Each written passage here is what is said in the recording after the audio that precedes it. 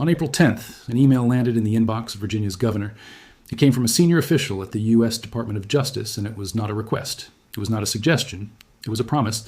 Sign the gun bills sitting on your desk, the letter said, and the federal government will see you in court. Governor Abigail Spanberger read it, and a few weeks later, she signed the bills anyway. What happened next is the part almost nobody outside of Virginia has been paying attention to. And if you own a firearm, if you're thinking about buying one, or if you live anywhere near a state that's tried something similar, you need to understand exactly how this played out, because it did not stay a warning. They actually did it. Let's rewind to understand why that letter was sent in the first place. Earlier this year, Virginia's General Assembly, controlled by Democrats, passed a sweeping set of gun control bills. The centerpiece was Senate Bill 749 paired with House Bill 217, and what it targeted was what the legislation called assault firearms. That's a broad legal category, and it's worth understanding exactly how broad, because this is where most of the confusion online is coming from. The bill defined assault firearms in a way that swept in a huge number of commonly owned semi-automatic rifles and pistols, including AR-15 style rifles, along with magazines capable of holding more than 15 rounds. If it passed and took effect, Virginians would no longer be able to purchase, sell, manufacture, or transfer those firearms inside the state. The Assistant Attorney General leading the Justice Department's Civil Rights Division, Harmeet Dillon, did not wait for the bill to become law before responding. On April 10th, she wrote directly to Governor Spanberger. Her position was that the legislation conflicted with the Supreme Court's rulings in District of Columbia versus Heller and New York State Rifle, and Pistol Association versus Bruin, two cases that form the backbone of modern Second Amendment law. Heller established that Americans have an individual right to keep firearms for self-defense. Bruin went further, saying that any modern gun regulation has to be consistent with the historical tradition of firearm regulation in this country, not just some generalized government interest in safety. Dillon's argument was straightforward.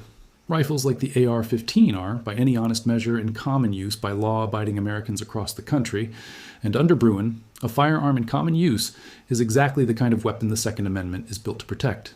Ban the sale of something tens of millions of people already own, and you're not regulating an edge case, you're gutting the core of the right.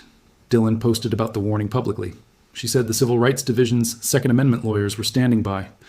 And when Virginia's Attorney General Jay Jones pushed back and called the letter a threat, Dillon didn't back down online either. Now, here's where it gets interesting, because Governor Spanberger had a choice in front of her. Back off the legislation and avoid a federal fight, or sign it and find out if the Justice Department meant what it said. In May, she signed it. The law was set to take effect on July 1st. And here's something you need to sit with for a second, because it tells you everything about how seriously people in Virginia took what was coming. In the months between that April warning letter and the law's effective date, gun sales in Virginia did not slow down. They exploded. Background checks in March alone hit nearly 80,000, one of the highest monthly totals the state had seen since the pandemic-era surges. Gun shop owners across Virginia, from Roanoke to Henrico County, described sales volumes 4, 8, even 10 times higher than normal. People weren't panic buying because of rumors. They were buying because they understood, correctly, that the clock was running out on their ability to legally purchase these firearms new, and because the law only restricted future sales, not guns already owned, anyone who wanted one badly enough had a hard deadline sitting right in front of them. That's not speculation. That's how the market actually behaved. In real time, while this fight was unfolding in courtrooms and governors' offices. As July 1st approached, the legal fight didn't wait for the federal government to show up. Gun rights advocates in Virginia filed their own state court challenge, a case known as Crump, and just days before the ban was set to take effect, at least 2 state court judges sided with them and issued injunctions blocking enforcement. So heading into July 1st, Virginia's new assault firearms law was already on ice at the state level. You'd think that might be the end of the story for now. It wasn't. On July 1st, the same day the ban was originally supposed to take effect, the Department of Justice followed through. Acting Attorney General Todd Blanche announced that the DOJ was filing a federal lawsuit against the Commonwealth of Virginia and the Virginia State Police, seeking to have Senate Bill 749 declared unconstitutional and permanently blocked. Dillon made a point of noting that this was not a new position for her. Back in April, she'd told the governor exactly what would happen if she signed the bill. Now she was following through. In her words, "I keep my promises." Blanche, in his own statement, was just as direct, saying, "The Constitution is not a suggestion." The lawsuit was filed in the U.S. District Court for the Eastern District of Virginia, and it's worth understanding what it actually argues, because this isn't just political theater dressed up as a legal filing. The complaint leans heavily on Heller and Bruin, arguing that AR-15 style rifles are unquestionably in common use across the country and therefore fall squarely within Second Amendment protection. But it goes a step further than that. The complaint directly challenges existing precedent in Virginia's own federal circuit.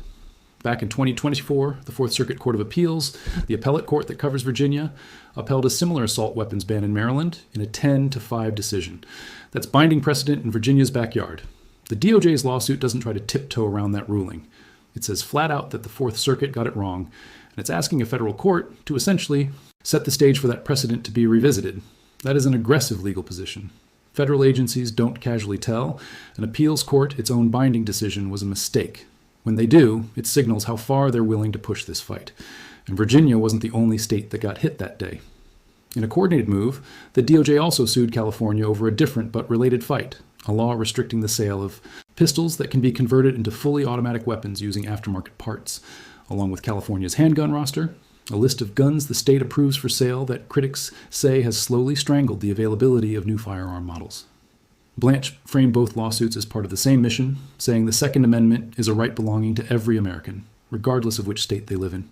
Whether you agree with that framing or not, the practical point is this. The Justice Department isn't treating Virginia as an isolated incident. It's treating this as the opening move in a broader campaign against a specific category of state gun laws, and Virginia just happened to be first in line on July 1st. Virginia's Attorney General's office wasted no time responding. A spokesperson said the state would review the complaint and defend its assault weapons ban, framing the DOJ's Civil Rights Division as misusing its authority, an office that spokesperson said exists to protect the disenfranchised, not to defend what they called weapons of mass casualty. So make no mistake, this is not a case where one side quietly folded. Virginia is planning to fight this in federal court, and the DOJ has already signaled it's prepared to argue all the way up through an appeals court that's already ruled against this exact argument once before. So where does that leave things right now, today?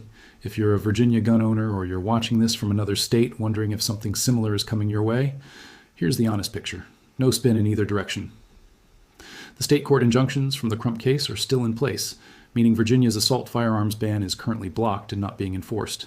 The DOJ's new federal lawsuit is a separate track entirely aimed at getting a permanent, nationwide relevant ruling that the law is unconstitutional, not just paused. That case is just getting started. It has not been decided. Nobody, no matter what you see in a comment section or a forwarded text message, can honestly tell you today how a federal judge in the Eastern District of Virginia is going to rule or how long it will take to get there. And here's a detail that matters enormously if you actually live in Virginia and you're trying to figure out what this means for you personally. Even when the ban was briefly scheduled to take effect, it was never written to make existing firearms illegal to own. If you bought your rifle or your magazine before the law was set to take effect, this legislation was never coming for what's already in your safe. What it targets is future sales, purchases, manufacturing, and transfers. That distinction matters because a lot of the panic circulating online right now blurs that line completely, and I'd rather you hear the accurate version from me than the exaggerated one from a random post with no sourcing behind it. There's also a bigger storm forming on the horizon that makes this Virginia case matter even to people who will never set foot in the state. Just one day before the DOJ filed its Virginia lawsuit, the Supreme Court agreed to hear challenges to similar assault weapons bans in Connecticut and in Cook County, Illinois. That timing was not a coincidence lost on anyone watching this closely. Legal experts who've reviewed those cases have told reporters they expect those bans are likely to be struck down once the Supreme Court actually rules. If that happens, it won't just affect Connecticut and Illinois. It will set a precedent that reaches into every state, including Virginia, including California, including the 11 states, plus Washington, D.C., that currently have some version of an assault weapons ban on the books.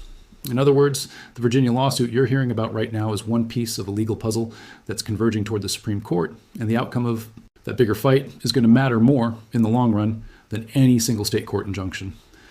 So let's clear up what people are getting wrong about this, because there's a lot of noise out there right now, and most of it isn't accurate. Some people are saying Virginia's ban is completely dead and gun sales are back to normal with zero restrictions. That's not true. It's paused by state court injunction, and the underlying legal fight, both in state court and now in this new federal lawsuit, is still very much alive. Other people are saying that DOJ's lawsuit means AR-15s are now instantly, permanently legal to sell in Virginia with the federal government's blessing.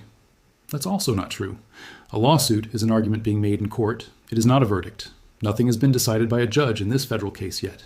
And some people are claiming this has nothing to do with them because they don't live in Virginia or California. If the Supreme Court's upcoming decisions on the Illinois and Connecticut cases go the direction legal analysts are predicting, this fight is going to ripple into every state with a similar law on the books, whether that's Maryland, New York, Massachusetts, or anywhere else. What should you actually do with this information if you're a gun owner in Virginia, or a state with a similar law working its way through the legislature? First, don't make major purchasing decisions based on rumors or social media hot takes. Go to the actual Virginia State Police website or your state's official firearms licensing page for the current real-time legal status of any restriction before you assume anything is either banned or legal. Second, if you already purchased a firearm or magazine before any relevant deadline, keep your receipt and documentation. If this legal fight drags on for years, and it likely will, having a clear paper trail of when you acquired something protects you if enforcement questions ever come up down the road. Third, if you're in a state where similar legislation is being proposed or debated right now, pay attention to what happened in Virginia as a case study. A warning letter from the federal government is not just posturing. In this case, it was followed exactly to the letter 5 days ago in a real federal courtroom filing. This is a story that is going to keep moving through the Eastern District of Virginia, through the Fourth Circuit if it gets appealed, and potentially all the way to the Supreme Court once the Illinois and Connecticut cases are decided. If you want to actually understand where your rights stand instead of guessing based on whatever shows up in your feed, that's exactly what this channel is here for. Subscribe, and I'll bring you the next update the moment there's an actual ruling to report, not a rumor.